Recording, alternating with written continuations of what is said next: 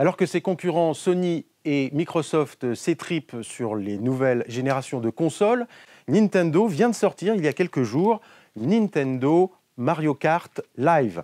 Et la promesse est celle-ci, jouer à Mario Kart à la fois dans le réel et contre des adversaires virtuels.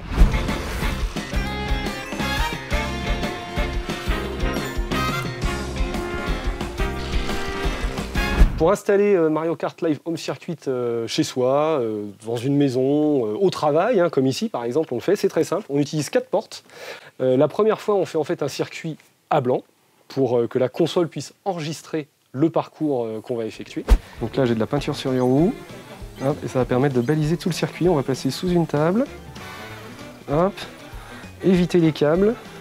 Il y a des flèches qui indiquent par où il faut tourner. On a une deuxième porte par ici. Alors là, on va éviter nos pieds, voilà. On évite le mobilier de bureau, les coussins, les tables. Là, on passe sous les pieds d'une table, on a une porte supplémentaire qui nous attend. Hop, et c'est la fin du circuit. Et la deuxième fois, et les fois suivantes, en fait, on affronte sur la console les adversaires qui apparaissent, en fait, au milieu du salon, de la rédaction du Parisien ou de n'importe quel autre endroit. Balance une banane. Alors, pas de banane pour l'instant, j'ai pris une carapace rouge. Ah. Enfin, j'en ai lancé une.